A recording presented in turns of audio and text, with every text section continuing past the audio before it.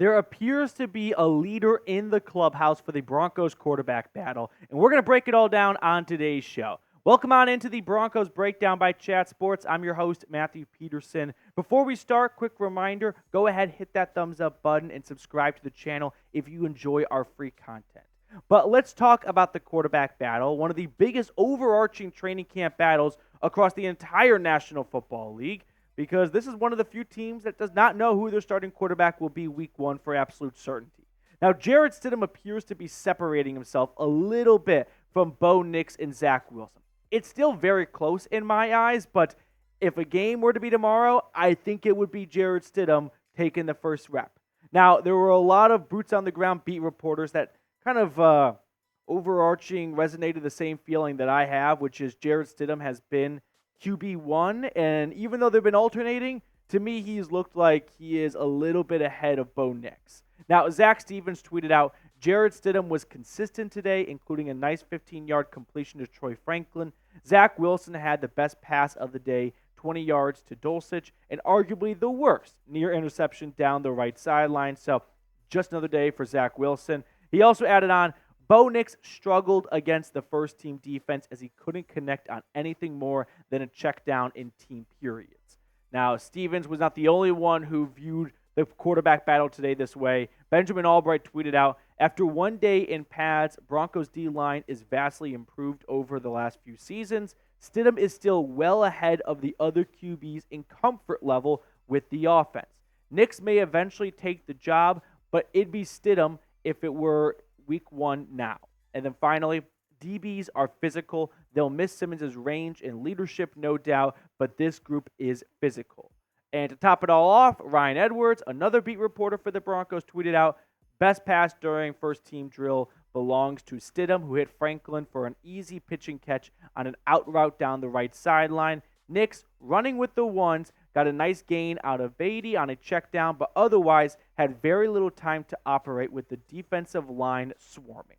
So the first thing that comes to mind when taking all that in is defenses tend to win early in camp. When training camp starts, there's no pads on, and it's basically flag football-ish. Not quite. It's a little bit more than that, but that definitely sways into the offense's favor because, I mean, if you think about what's important to a defense, a pass rush, if the defensive line can't touch the quarterback and the quarterback has all day to stand in the pocket and find someone, like that's going to be a huge benefit and huge advantage to the O.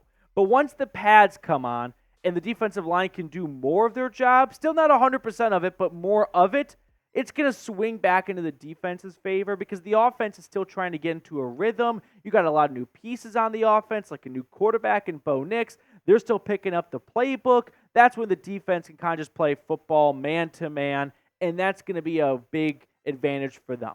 And then once the offense starts to get into a rhythm and they get a preseason game or two under their belt, it'll swing back towards the offense because football is not an even split in terms of fairness between offense and defense. I think it's a 55-45 split in terms of advantage favoring the offense. So that's the first thing that pops in my mind when I see Nix not doing super-duper well with the ones. Well, the ones with Nix, Stidham, or Wilson we're probably not going to do super well because that's how training camp usually works. Second thing that came to mind was Jarrett Stidham continues to fend off Nix.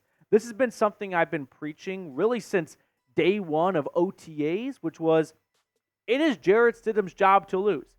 Last I checked, he was the starting quarterback for the Denver Broncos in the last game they played. And as long as he is still on this roster, it is his job to lose, and he has not lost it yet. Neither Stidham or Nix, from what I've seen and read and just digested all together, have really pushed themselves to be put into a spot where they could make a big mistake, like an interception down the field. And as a result, they've both been pretty conservative, and it's a little bit of like Big Ten football playing not to lose, which in training camp is not a bad approach, but when the regular season rolls around, you're going to need your starting quarterback to be a bit more aggressive with it. So hopefully we start to see some more just vertical threats come from either quarterback over the next few weeks because this style of quarterback play, I don't think it's sustainable for 17 games this year. And the third thing that I noticed when reading all that, it's still early. It's not even August yet. We haven't had a single preseason game. We have a long ways to go until early September in Seattle against the Seahawks. So my gut feeling is when the first preseason game against, I think it's the Packers, rolls around, whoever has the slight lead in the quarterback battle, say Jarrett Stidham, they'll probably get a good amount of runs with the first team offense in the first quarter and into the second quarter. We'll see Bo Nix probably take over midway through the second quarter, go till midway the third quarter, and then Zach Wilson for weeks 1, 2, and 3 of the preseason will get second half, fourth quarter duties, as Bo Nix and Jarrett Stidham probably alternate weeks 1 and 2 of the preseason with the first team offense, and whoever looks the best will probably get some runs with the first team offense in week 3 before the regular season starts. Now, we're going to talk more about training camp today in just a brief moment, but first, what year did you become a Broncos fan? Whether you were born a Broncos fan, maybe when they drafted like Tim Tebow, or you started watching John Elway, or they signed Peyton Manning, let me know in the comment section below. I want to see where the oldest Broncos fans are. All right, second note though, something Albright alluded to earlier. The defensive line dominates. This was something that was growing over the last couple of practices, but until the pads came on, we could never know for certain one way or the other because the defensive line with just shells on, helmets and T-shirts, they can't do their job to the fullest extent. Like them in the offensive line, the ball is snapped and they kind of just like bump titties for 5 seconds until the quarterback throws the football.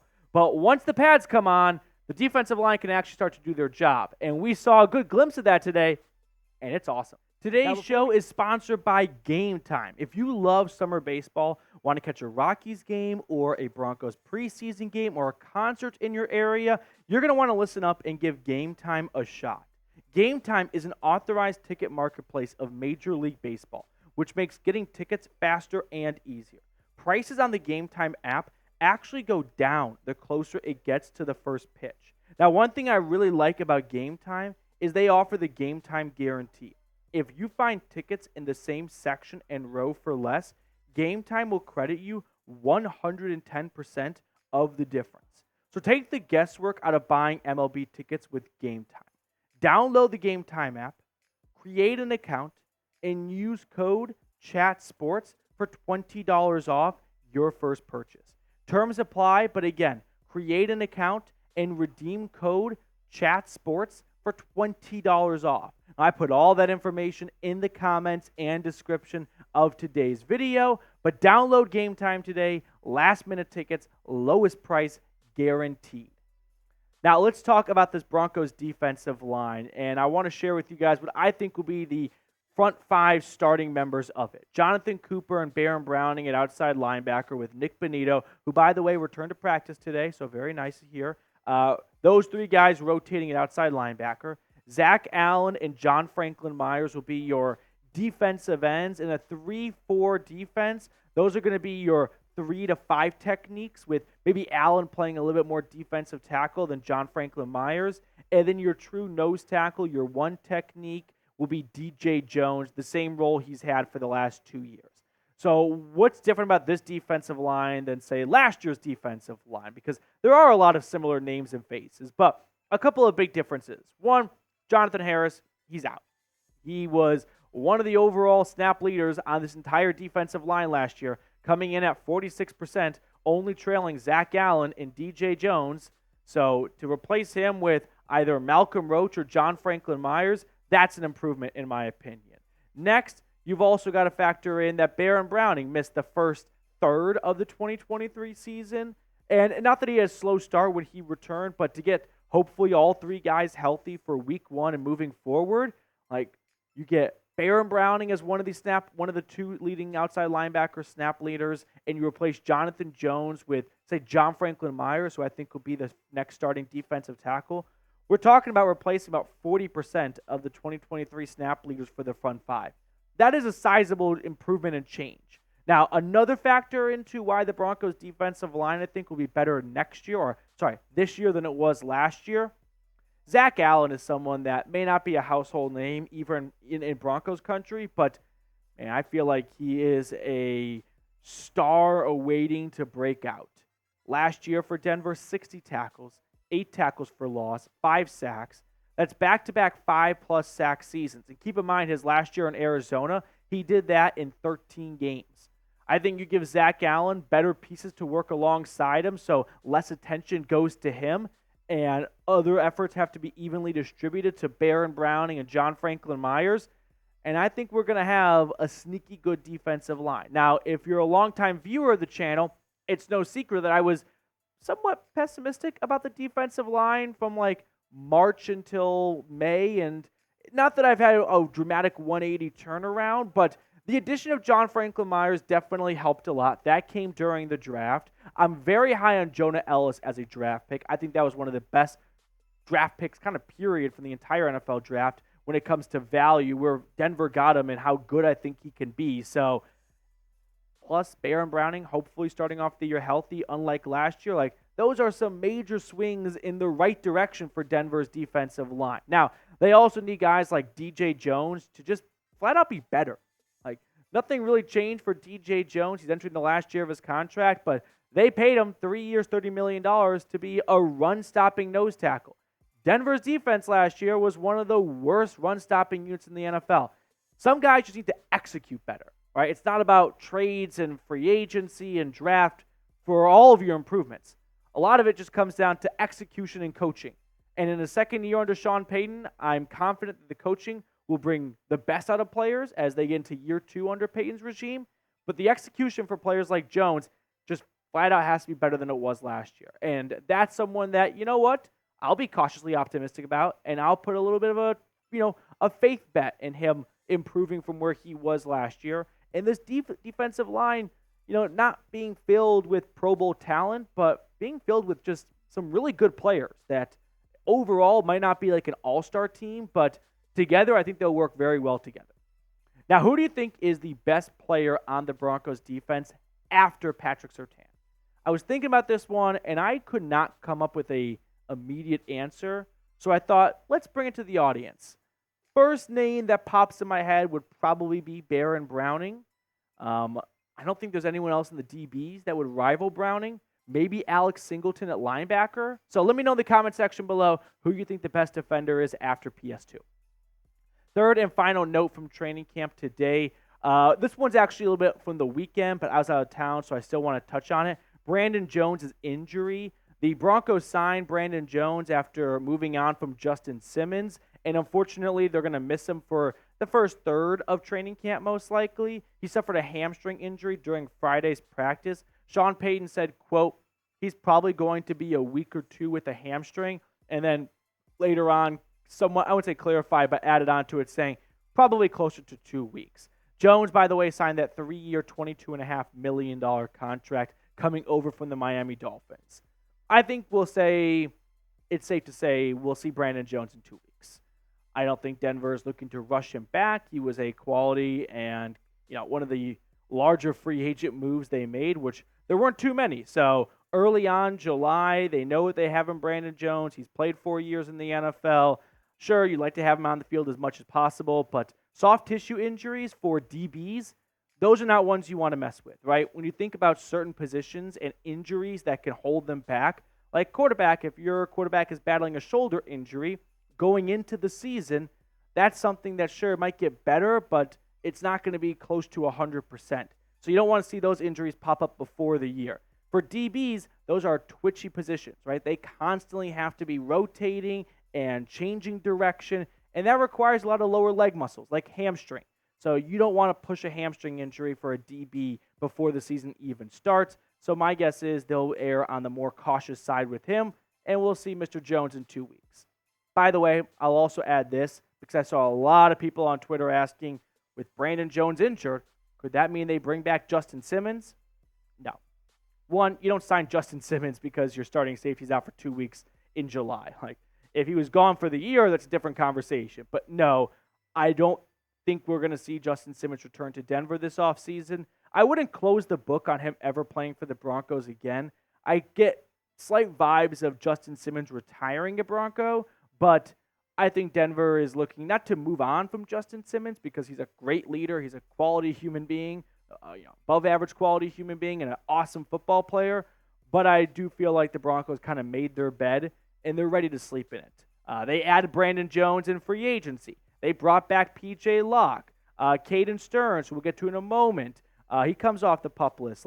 I think the Broncos are ready to kind of turn the page a little bit and Not that they wouldn't like to have Justin Simmons on their team, but they're probably not looking to pay what Justin Simmons is asking for.